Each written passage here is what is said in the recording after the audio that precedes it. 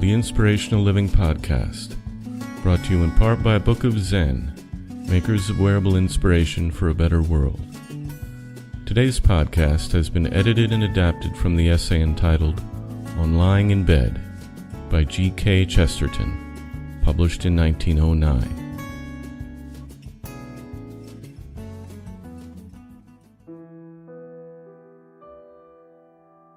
Lying in bed would be an altogether perfect and supreme experience, if only one had a colored pencil long enough to draw on the ceiling. This, however, is not generally a part of the domestic apparatus. I have fancied that it might be accomplished with several buckets of paint and a broom, but if one worked in a really sweeping and masterly way, and laid on the coloring great washes, it might drip down again on one's face in floods of rich and mingled color like some strange fairy rain, and that would have its disadvantages. I'm afraid it is necessary to stick to pencil drawing for this form of artistic expression. To that purpose, a white ceiling is of the greatest possible use. In fact, it is the only use I can think of a white ceiling being put to, and but for my beautiful experiment of lying in bed, I might never have discovered it. For years I have been looking for some blank spaces in a modern house to draw on. Paper is much too small for any really allegorical design. As Cyrano de Bergerac says, Il me faut des géants. I need giants. But when I tried to find these clear spaces in the modern rooms such as we all live in, I was continually disappointed. I found endless patterns and complications in the form of small objects hung like a curtain of links between me and my desire. So many walls were already covered with wallpaper, hideous paper filled with uninteresting images and all bearing a ridiculous resemblance to each other.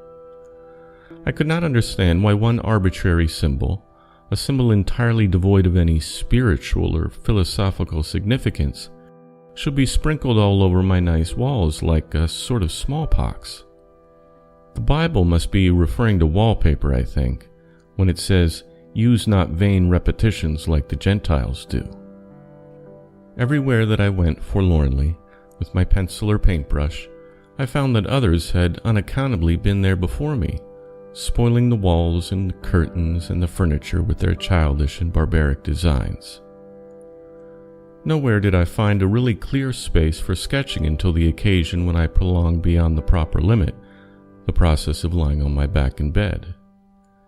Then the light of that white heaven broke upon my vision, that breadth of mere white which is indeed almost the definition of paradise, since it means purity and also freedom. But alas, like all heavens, now that it is seen, it is found to be unattainable, appearing more austere and distant than the blue sky outside the windows. My proposal to paint on the ceiling with the bristly end of a broom was immediately discouraged, never mind by whom, and even my minor proposal to put the other end of the broom into the fireplace and turn it to charcoal was rebuffed. Yet I am certain that it was from people such as me that all the original inspiration came for covering the ceilings of palaces and cathedrals with a riot of fallen angels or victorious gods. I am sure that it was only because Michelangelo was engaged in the ancient and honorable occupation of lying in bed that he ever realized how the roof of the Sistine Chapel might be made into an awful imitation of a divine drama that could only be acted in the heavens. The tone now commonly taken toward the practice of lying in bed is hypocritical and unhealthy.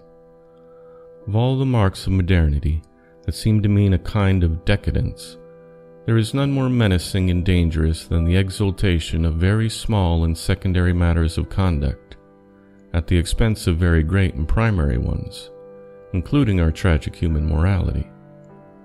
If there is one thing worse than the modern weakening of major morals, it is the modern strengthening of minor morals. This is especially so in matters of hygiene and personal health, notably such matters as lying in bed. Instead of being regarded, as it ought to be, as a matter of personal convenience and temperament, it has come to be regarded as if it were a part of essential morals to get up early in the morning. but there is nothing good about it, or bad about its opposite. Misers get up early in the morning, and burglars, I am informed, get up the night before. It is the great peril of our society that all its mechanisms may grow more fixed, while its spirit grows more fickle.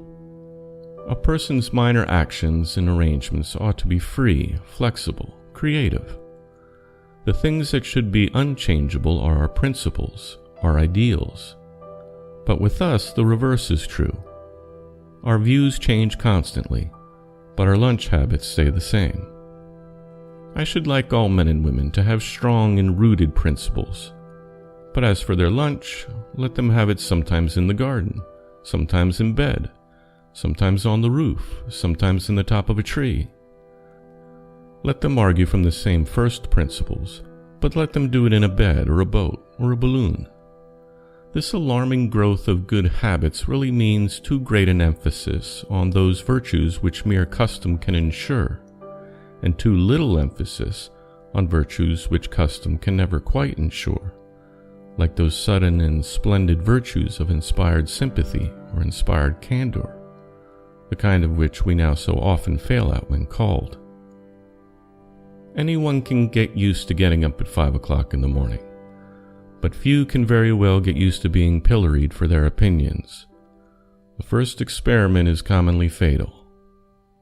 Let us pay a little more attention to the possibilities of the heroic and unexpected, and dare to say when we finally get out of bed, I shall do some deed of almost terrible virtue. For those who study the great art of lying in bed, there is one emphatic caution to be added.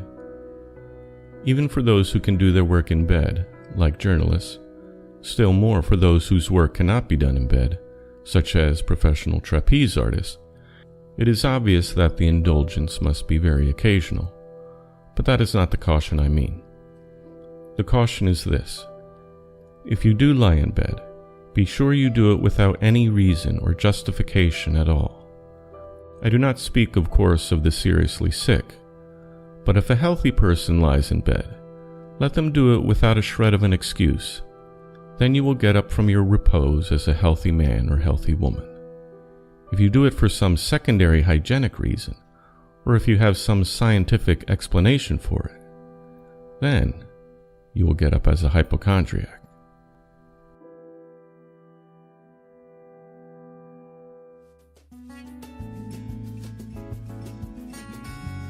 The Inspirational Living podcast is a production of The Living Hour.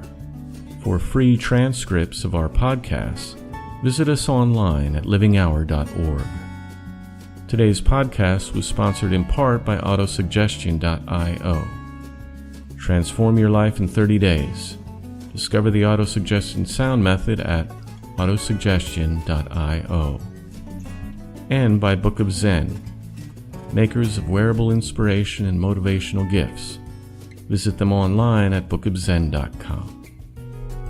Subscribe to the Inspirational Living podcast by looking us up in the iTunes Store. If you're using an Android phone, download the Stitcher app and you'll find us on there. We deliver new podcasts twice a week, every Tuesday and Thursday. Thanks for joining us. I look forward to talking to you next time.